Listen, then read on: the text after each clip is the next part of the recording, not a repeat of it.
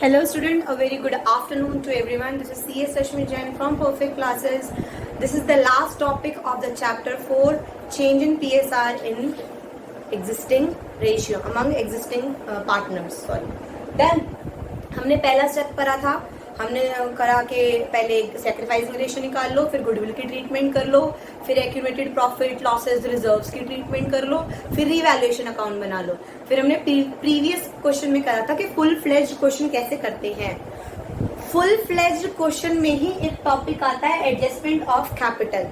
आप कहोगे मैम फिर आपने वो वाला क्वेश्चन कैसे करवा दिया, क्योंकि ये एडजस्टमेंट आए या ना आए ऐसी कोई गारंटी नहीं होती. अगर ये क्वेश्चन में एडजस्टमेंट आती भी है तो हमारे वो 4 स्टेप्स एकदम सेम रहेंगे, उसमें कोई भी चेंज नहीं रहेगा. ये आखिरी का स्टेप होता है adjustment of capital. Adjustment of capital का मतलब क्या होता है? When partners may decide the capital shall be in the PSR. मतलब कैपिटल्स ने ये डिसाइड करा कि यार देख 1 2 3 4 ये 4 स्टेप्स करने के बाद जो भी हमारी कैपिटल आती है, अगर वो कैपिटल हम चेंज इन PSR में करना चाहें, मतलब हमने लास्ट क्वेश्चन किया था, एक बार मैं लास्ट क्वेश्चन से ही कोरिलेट कर रही हूँ. LS 17 में उनका बैलेंस CD क्या आया था? 3,13,000, 1,42,000 एंड 21,000, राइट. तो उनकी टोटल कैपिटल आई थी 4,76,000.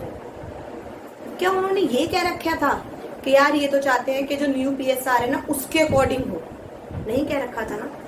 अगर उसी क्वेश्चन में ये कह देते कि जो उनकी कैपिटल आएगी सारा कुछ एडजस्ट करने के बाद उसको तुम न्यू PSR में कर दो, और न्यू PSR इनकी 1:1 थी, मतलब 4,76,000 को नई रेशियो में बांट दो और उतनी ही बैलेंस CD होना चाहिए. तो उसे कहते हैं एडजस्टमेंट ऑफ कैपिटल. समझ आया? अगर कम है जितनी होनी चाहिए, एडजस्टमेंट कैपिटल जितनी होनी चाहिए रिक्वायर्ड से कम है, तो पार्टनर को पैसा लाना पड़ेगा. अगर ज्यादा है उसकी कैपिटल तो वो पैसे निकाल सकता है. समझ आया? So adjustment will be required to give effect to this. अगर पार्टनर्स की एडजस्टेड कैपिटल रिक्वायर्ड कैपिटल से लेस है, मतलब जो एडजस्टेड कैपिटल आई वो रिक्वायर्ड से लेस है, तो वो शॉर्टफॉल लेके आएगा. अगर ज्यादा है तो वो निकाल लेगा. ऐसे कुछ भी नहीं समझ आएगा जब तक मैं तुम्हें एक क्वेश्चन नहीं करवाऊंगी. सेम वही 4 स्टेप चलेंगे, बस 5वें स्टेप में चेंज हो जाएगा. डन. तो मैं एडजस्टमेंट ऑफ कैपिटल जो है उसका 20th क्वेश्चन करवा देती हूँ. डन. 20th इलस करवा देती हूँ. और ना इस चैप्टर में ना बहुत सारे एडजस्टमेंट ऑफ कैपिटल के क्वेश्चन इसलिए नहीं दे रखे क्योंकि जो हमारा नेक्स्ट चैप्टर है ना एडमिशन, रिटायरमेंट, डेथ, उसमें एडजस्टमेंट ऑफ कैपिटल के बहुत सारे क्वेश्चंस हैं. तो तब तुम्हें कंसेप्ट क्लियर हो जाएगा. और अगर तुम कहोगे तो आस पास सर के वो तुम्हें कोई भी अच्छे 4 क्वेश्चंस इस एडजस्टमेंट ऑफ कैपिटल के ऊपर दे दे, क्योंकि बैक एक्सरसाइज में भी एडजस्टमेंट ऑफ कैपिटल के सिर्फ 2 ही क्वेश्चन है. समझ आया? तो चलो इलस 20 देखो. तुम इलस 20 निकालो. इलस 20 में क्या है? PQRS 4 पार्टनर है. PQRS. अब देखो इलस 20 में मैं कुछ भी कर लूं, मैं इस छोटे से ब्लैक बोर्ड पे सब कुछ नहीं दिखा सकती, तो तुम्हें अपने पास बुक लेके बैठनी पड़ेगी, नोटबुक लेके बैठनी ही पड़ेगी. I have no other option. PQRS थे 1 4 2 3 पहले उनकी रेशियो थी. न्यू रेशियो 1:1 है. उनके फिक्स्ड एसेट्स 12,70,000 के थे, करंट एसेट्स 5,30,000 के थे. PQRS की इन्होंने कैपिटल दे रखी है 2 लाख, 3 लाख, 4 लाख, 5 लाख. क्रेडिटर दे रखे हैं और वर्कमैन कंपनसेशन रिजर्व दे रखी है. गुडविल वैल्यूड है 2,70,000, 2,70,000. वर्कमैन कंपनसेशन एस्टिमेट करा गया 2 लाख. सेकेंड पॉइंट पढ़ो जिसकी वजह से हम ये क्वेश्चन कर रहे हैं. Capitals of partner were to be adjusted according to the new PSR by bringing or paying cash as the case may be. ये पॉइंट आते ही ये एडजस्टमेंट का क्वेश्चन बन जाता है. पहला स्टेप क्या होता है? सैक्रिफाइसिंग रेशियो सेम रहेगा। पहला स्टेप क्या है? मैं ना बहुत कंजस्टेड कर रही हूँ, तुम साफ सुथरा करना, जहां मुझे जगह मिलेगी मैं वहां कर दूँ। Sacrificing ratio old minus new, P Q R S. Done. निकालो। ओल्ड 1 4 5 6 7 10, 1/10 माइनस 1/4, ऐसे ऐसे करके निकालो। निकालो सैक्रिफाइसिंग रेशियो। मैं पीछे से देख रही हूँ सैक्रिफाइसिंग रेशियो किसकी कितनी आई? 1/4, पी की आई 1/4, क्यू की आई 1/4,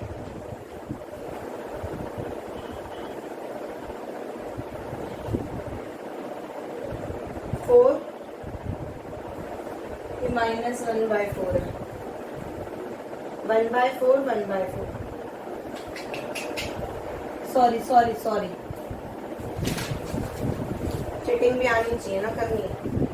माइनस 6/40, 6/40, 2/40, माइनस 2/40, 2/40। ये दोनों माइनस में है तो ये दोनों गेन कर रहे हैं और ये दोनों सैक्रिफाइस कर रहे हैं। स्टेप 1 समझ आया। स्टेप 2 क्या होता था? गुडविल एंट्री क्या बनती थी? G3S। गेन कौन कर रहा है? P और R। तो एंट्री क्या बनेगी? P account debit, R account debit, to Q to S। Done. Goodwill कितने की है? 2,70,000 की। कितने की है? 2,70,000 का 6/40, 6/40, 2/40, 2/40 करके एंट्री बताऊं क्या आएगी? 40,500, 13,500, 40,500, 13,500। फर्स्ट स्टेप तुम्हें आता है सैक्रिफाइसिंग रेशियो निकालना। सेकंड स्टेप गुडविल है। ऊपर गुडविल है नहीं बैलेंस शीट में, वरना राइट ऑफ होती। नीचे गुडविल है, वो G3S में बांट दी, मतलब गेनिंग टू सैक्रिफाइसिंग में। डन। अब ये एंट्री हम उसमें पुट कर सकते हैं पार्टनर्स कैपिटल अकाउंट में। बाय बैलेंस ब्रॉट डाउन कितना था? 2 लाख, 3 लाख, 4 लाख, 5 लाख। P और R क्या हो रहे हैं? डेबिट।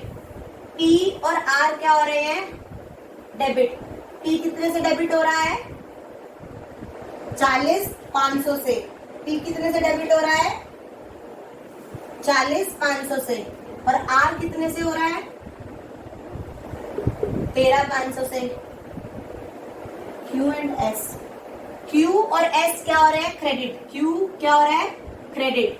40,500 से और ये 13,500 से।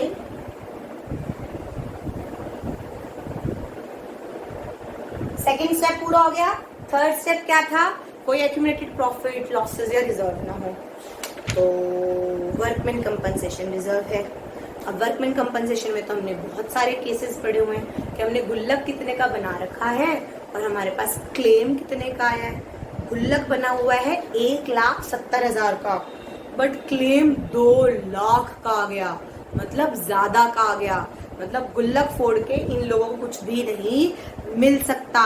इनफैक्ट 30,000 ज्यादा ही है। अपनी प्रीवियस नोटबुक में देखोगे, अब मैं यहाँ नहीं लिख सकती तो ध्यान से सुनो और लिखो।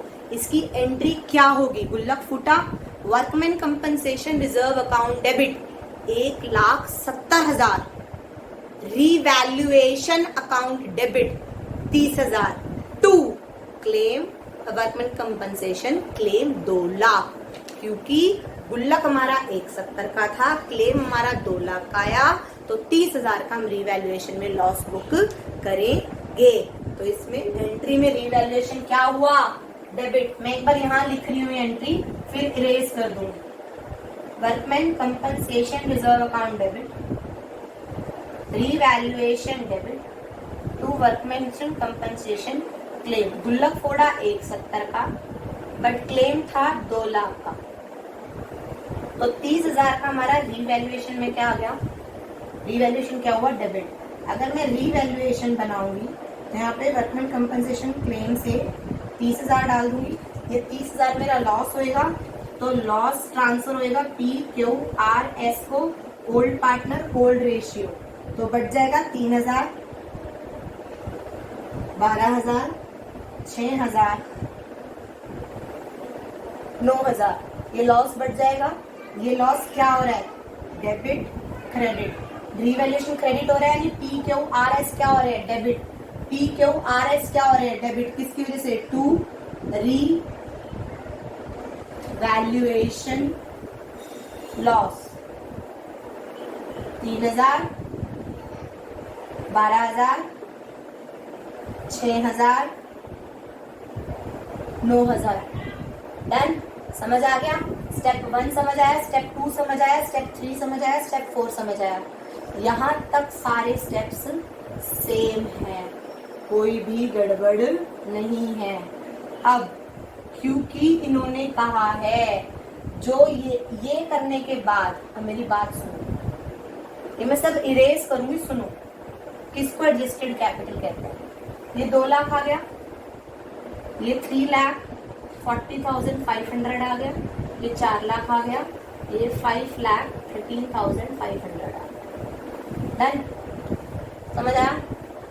अब PQRS का यहाँ कैपिटल जो आई उसे कहते हैं एडजस्टेड कैपिटल। क्या कहते हैं, एडजस्टेड कैपिटल।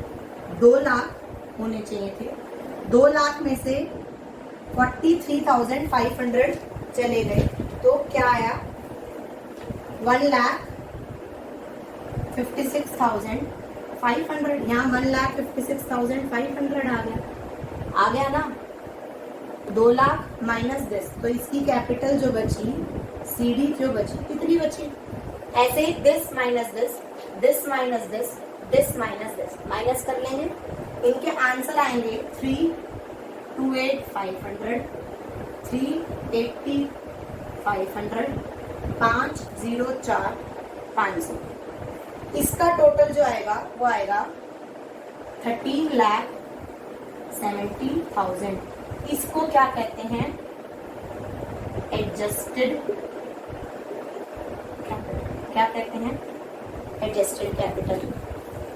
बट क्वेश्चन में लिखा था कि कैपिटल ऑफ द पार्टनर कैसे एडजस्ट होनी चाहिए, न्यू PSR, मतलब ये 13,70,000 इक्वल होनी चाहिए 1:1:1:1 में, यानी 1370 मल्टीप्लाई बाय 1/4 इक्वल होनी चाहिए।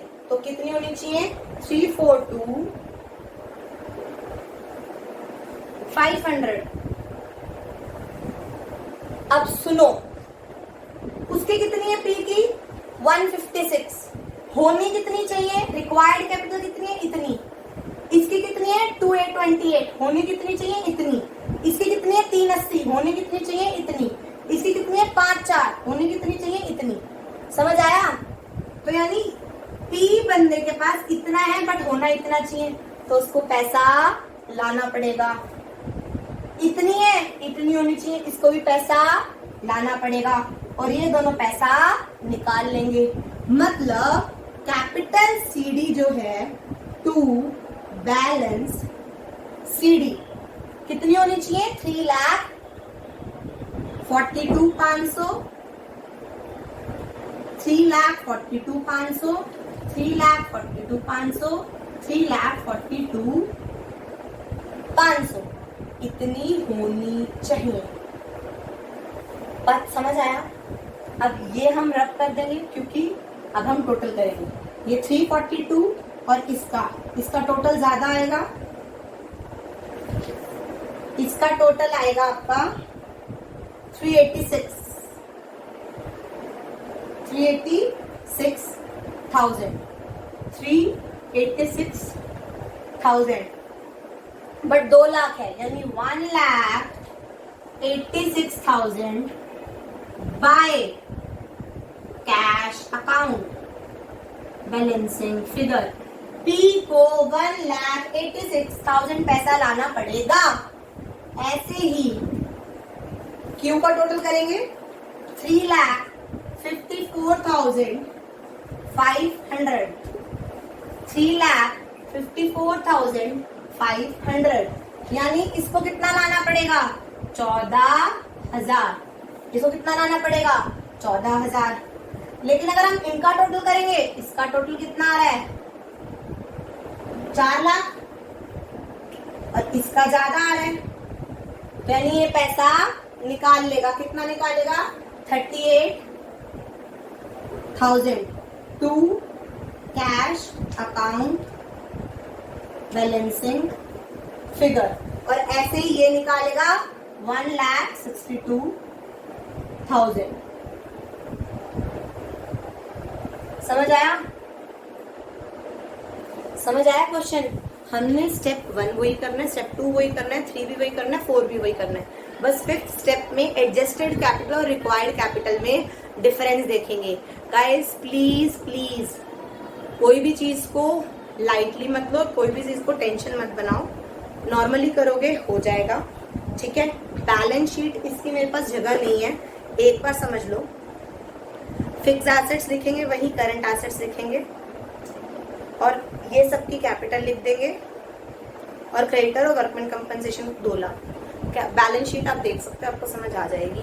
मैं स्ट्रेच नहीं कर रही हूँ वर्कशीट को, उसको सिर्फ एक ट्विस्ट बता रही हूँ। अगर उन्होंने क्वेश्चन 20 में पॉइंट 2 पढ़ो, क्या लिखा हुआ है, capital of the partners what to be adjusted according to the new PSR by के बाद ब्रिंगिंग लिखा है ना, bringing and paying cash as the case में भी। अगर बाय के बाद लिखते बाय ओपनिंग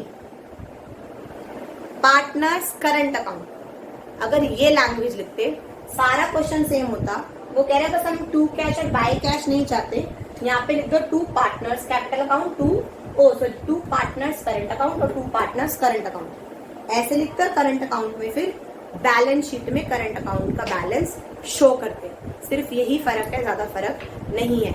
नाउ इस वीडियो के बाद तुम्हें इलस 20 करनी है और वीडियो 8 में अगर हो सका तो मैं एक बैक एक्सरसाइज क्वेश्चन करवा दूंगी। तो कोई जरूरत नहीं है, बैक एक्सरसाइज के दोनों क्वेश्चन तुम कर सकते हो और व्हाट्सएप पे डाउट ले सकते हो। Thank you very much. PSR chapter बहुत अच्छे से करना क्योंकि एडमिशन, रिटायरमेंट, डेथ सब इसके ऊपर बेस्ड है। Thank you, have a nice day.